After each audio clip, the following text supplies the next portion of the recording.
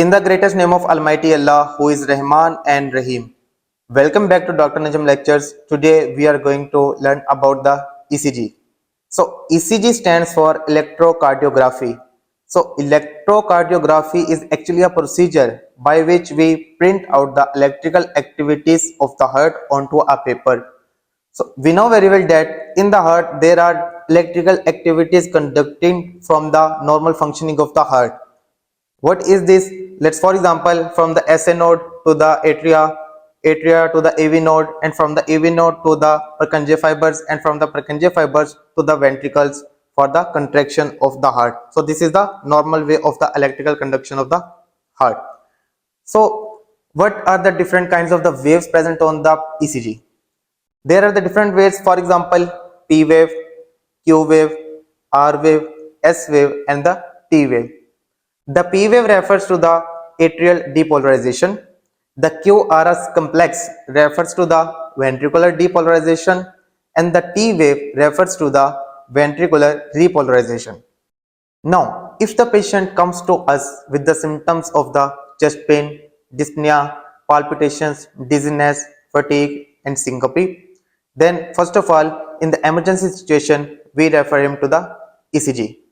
After the ECG, we will start seeing the ECG with a proper way that what kind of the pathologies are associated with this ECG or the heart. First of all, on the ECG, we will see the introduction of the patient or check the introduction of the patient, like the name of the patient, the age of the patient and the gender of the patient. The age of the patient is necessary because sometimes we will see the different kind of the pathologies in the younger patient and the adult patients or the older patients separately. Now we will check the rhythm of the heart on the ECG with the help of the card strip method on the second limb lead, which is considered as the standard limb lead. You can take a piece of the paper and place it on the second limb lead and mark 3 consecutive QRS complexes on that paper. You marked it, and then after that you can move this paper to the next 3 QRS complexes or another lead and check that if that 3 QRS complexes coincides with the marks on that paper. If your marks are coincides with the QRS complexes on the next 3 QRS complexes on the second limb lead or another limb lead, so this is the regular rhythm.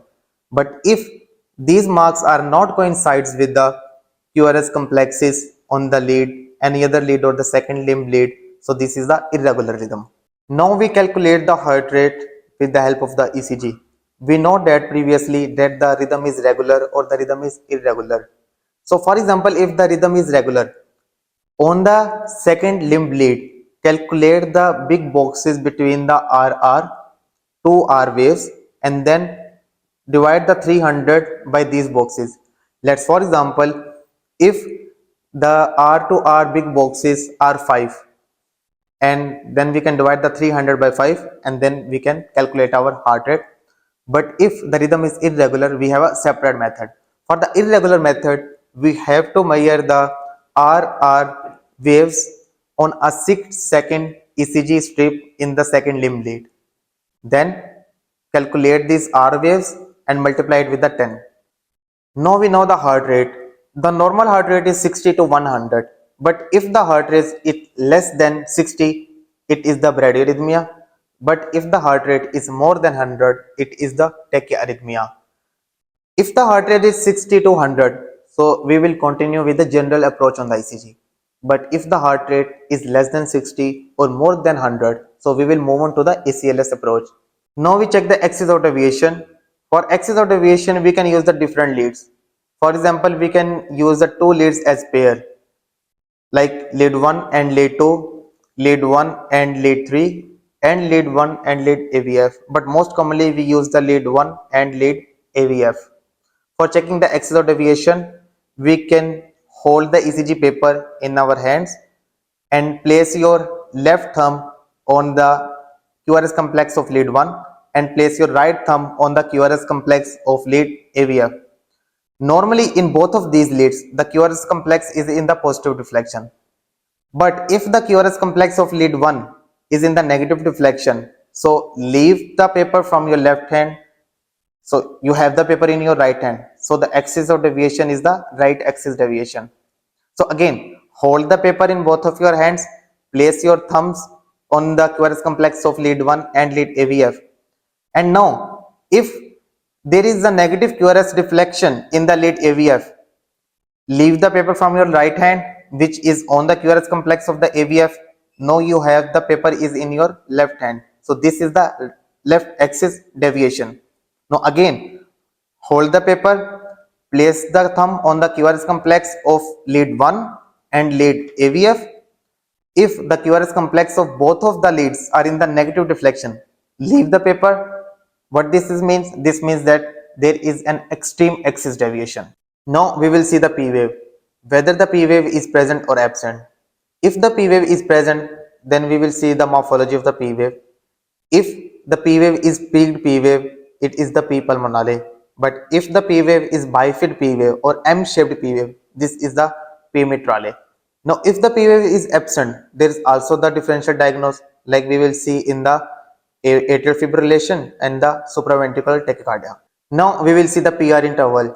PR interval is from the start of the atrial depolarization up to the start of the ventricular depolarization. This is a PR interval. The normal time period of the PR interval is 0.12 seconds up to 0.2 seconds. Now there are two criteria. Either the PR interval is short or either the PR interval is prolonged. If the PR interval is prolonged, which is more than 0.2 seconds, so there is delayed AV nodal conduction, which is seen in the heart box. But if the PR interval is shortened, which is less than 0.12 seconds, so there is the fast AV nodal conduction, which is seen in the Wolff-Parkinson-White syndrome. Now we will see the QRS complex. QRS complex is the depolarization of the ventricles. The normal QRS complex has the time period of less than 0.12 seconds, but it may be increased in different pathologies more than 0.12 seconds. So if the person have the tachycardia and the time period of the QRS complex is less than 0.12 seconds, so we consider it as narrow complex tachycardias. But if the tachycardia is associated with the time period of the QRS complex more than 0.12 seconds, we consider it as broad complex tachycardias. Now we will see the pathological Q wave and the normal Q wave. The length of the normal Q wave is actually the 25% of the length of the R wave. If the length of the Q wave is more than the 25% of the length of the R wave, so this is considered as the pathological Q wave. But pathological Q wave have the association with the myocardial infarction because we seen it in the early few hours of the myocardial infarction. For example, if the patient have the ST elevation myocardial infarction, okay, we know that the patient has the myocardial infarction in the ECG. Now we will see the pathological Q wave. If there is the presence of the pathological Q wave, we will notice that there is the transmural myocardial infarction. Now we will see the ST segment, either the ST segment elevation or the ST segment depression. First we will consider the ST segment elevation. In the ST segment elevation, there are the two categories, like the convex shaped ST segment elevation or the concave shaped ST segment elevation. In the convex shaped ST segment elevation, we will see in the myocardial infarction or the ST elevated myocardial infarction. This is all seen in the specific leads. Like for example, in the lead 2, 3 and AVF, we will see the inferior wall myocardial infarction. In the lead 1, AVL, V5, V6, we see the lateral wall myocardial infarction, and again in the lead 1, AVL, V5, V6 and lead V4, we see the anterolateral wall myocardial infarction. Then the other category is the concave shaped myocardial infarction. In the concave shaped myocardial infarction, we will see in the dry pericarditis because the pericarditis covers the whole part of the heart. So this concave shaped ST segment myocardial infarction is seen in the all the leads. So then we will see the ST segment depression. Either it is the U-shaped or the inverted tick or the reverse tick. If it is the U-shaped ST segment depression, this is seen in the ischemic heart diseases or the hypokalemia, and the reverse tick ST segment depression is seen in the digoxin toxicity. Now we will see the T wave. If there is the tall T wave, this is seen in the hyperkalemia. But if there is the flat T wave or the inverted T wave, this is seen in the hypokalemia and the prominent U wave after the T wave also shown as the condition of the hypokalemia.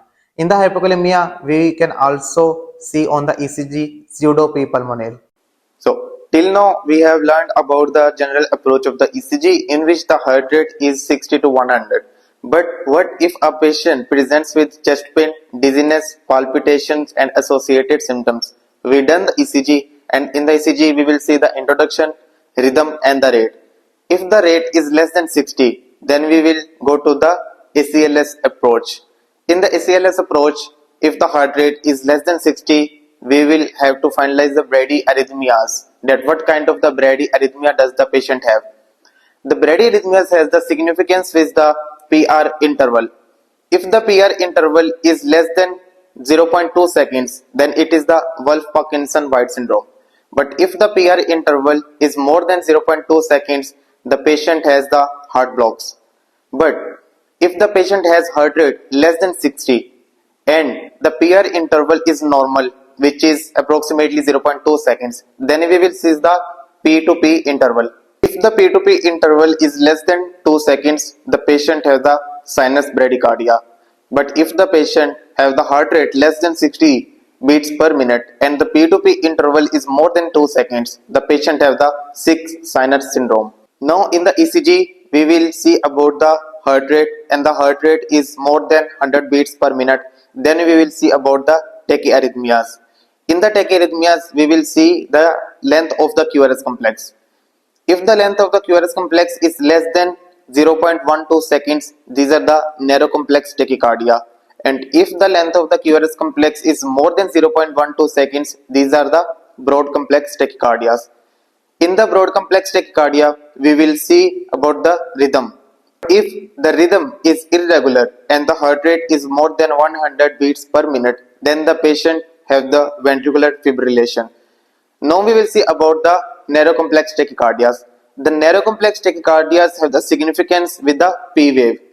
If the patient have the heart rate more than 100 beats per minute and the length of the QRS complex is less than 0.12 seconds, means the narrow complex tachycardias. Now we will move to the P wave. We will see if the P wave is present or absent. Let's see first the P wave is present. If the P wave is present, then we will see the P to QRS ratio. If the P to QRS ratio is 1:1, like 1 P wave, 1 QRS complex. Then after in the next ECG wave, if the P to QRS ratio is also the same, like 1 P wave, 1 QRS complex, and the ratio is 1:1, then the patient has the sinus tachycardia. But if the P to QRS ratio is different, like there is 2 P waves, 1 QRS complex, or 3 P waves, 1 QRS complex, then the patient has the atrial flutter. Now in the narrow complex tachycardias, if the P wave is absent, then we will see about the rhythm. If the rhythm is regular, then the patient has the supraventricular tachycardia. But if the rhythm is irregular, the patient have the atrial fibrillation. It's all about the ECG and its arrhythmias. Thank you for watching. I hope you like this video. Do subscribe to Dr. Najam Lectures.